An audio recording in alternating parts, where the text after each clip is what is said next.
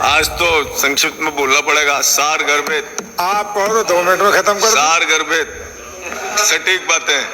आप कहो तो 2 मिनट में खत्म कर दूं। 2 मिनट में बोल सकते हो आप तो।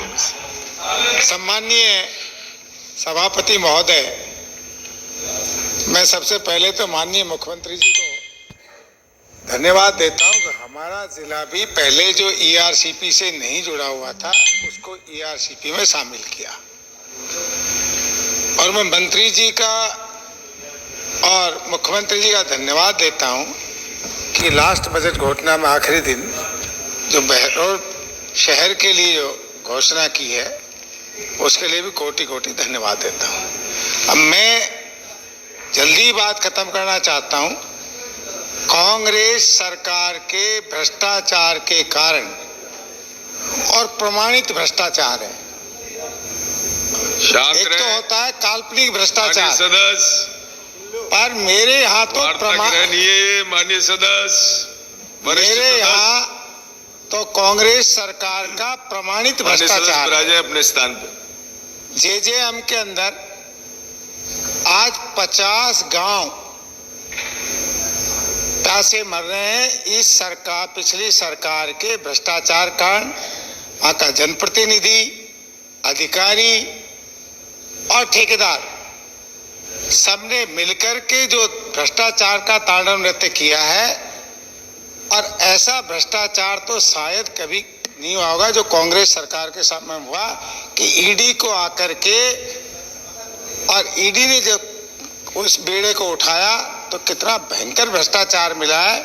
अब मैं मंत्री जी से इस बात को इसलिए कह रहा हूं कि भ्रष्टाचार किया कांग्रेस ने, इनके जनप्रतिनिधियों ने किया, अधिकारियों ने किया, ठेकेदार ने किया, पर जो 50 गांव के अंदर भ्रष्टाचार हुआ है उनमें जो पहले ऑलरेडी स्कीमें चल रही थी, जेजेएम की पाइपलाइन या कोई भी काम करने के लिए वो तोड़ दी गई, खुदाई हो गई, सब कुछ अधूरा पड़ा हुआ है।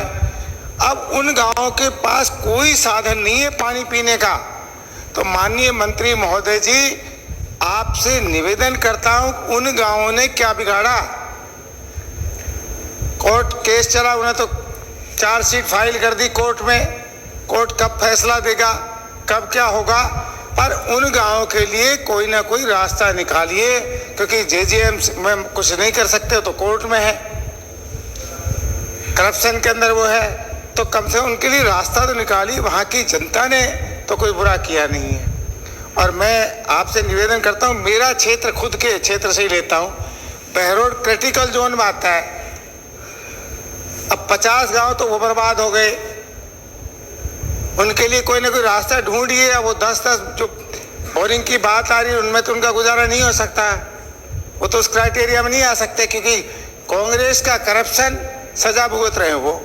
तो आप तो क्रिटिकल जोन है, मेरे यहाँ हैंडपंप कामयाब है नहीं, और 10-10 बोरिंग से कुछ काम चलेगा नहीं, क्योंकि जब 50 गांव वो बर्बाद हो चुके हैं तो आप गांव के अनुसार, दूसरा एक गांव के अंदर 8 लाख में बोरिंग हो जाता है, एक में 15 में भी नहीं होता, तो आप वहाँ की फिजिकल वो करा के उसी अनुसार अपना बीएसआर बनाइए, उसी अनुसार से आप एस्टिमेट बनाइए कि बोरिंग से नहीं है, मतलब जितना भी एस्टिमेट आए उस अनुसार आप काम करिए। मैं तो आपसे इतना ही निवेदन कराऊंगा कि कांग्रेस सरकार जैसा आपके महकमे में भ्रष्टाचार का तांडव नृत्य नहीं होना चाहिए, क्योंकि ना तो आपके वो अधिकारी बदले गए हैं, ना आपका कोई और कुछ बदला गया, उनके तो खून मुंह हाथ लगा हुआ है, इसलिए आपको ज़्यादा मेहनत करनी पड़ेगी। आप काबिल हैं, मेहनत करिए और हमारे क्षेत्र को पानी पिलाइए, और इस भ्रष्टाचार के भेंट जो चढ़े 50 गांव, उनके लिए कोई रास्ता निकालिए। धन्यवाद। विराम देना चाहती हूँ। धन्यवाद। श्री डॉक्टर जसवंत सिंह यादव। माननीय अध्यक्ष जी, राजस्थान विधानसभा के प्रक्रिया तथा कार्य संचालन नियमों के नियम 295 के तहत विशेष उल्लेख प्रस्ताव।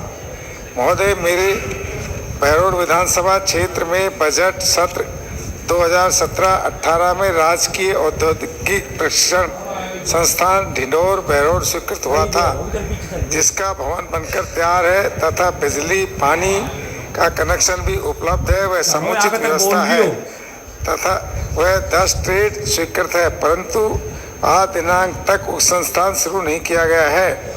महोदय, उक्त संस्थान की एक ट्रेड में 20 विद्यार्थियों के अनुसार कुल 200 विद्यार्थियों को प्रतिवर्ष प्रवेश दिया जा सकता है तथा गत 5 वर्षों में कुल 1000 विद्यार्थियों को प्रशिक्षित किया जा सकता था, परंतु संस्थान के शुरू नहीं होने के कारण 1000 विद्यार्थियों का भविष्य अंधकार में डुबो दिया गया है। इसलिए विद्यार्थियों के भविष्य को ध्यान में रखते हुए राजकीय औद्योगिक प्रशिक्षण संस्थान ढिंढोर बहरोड को शीघ्र ही शुरू किया जाना आवश्यक है। महोदय, राजकीय औद्योगिक प्रशिक्षण संस्थान ढिंढोर बहरोड को अब तक शुरू क्यों नहीं किया गया, वह क्या कारण है? उक्त संस्थान को कब तक शुरू किया जा सकता है? धन्यवाद।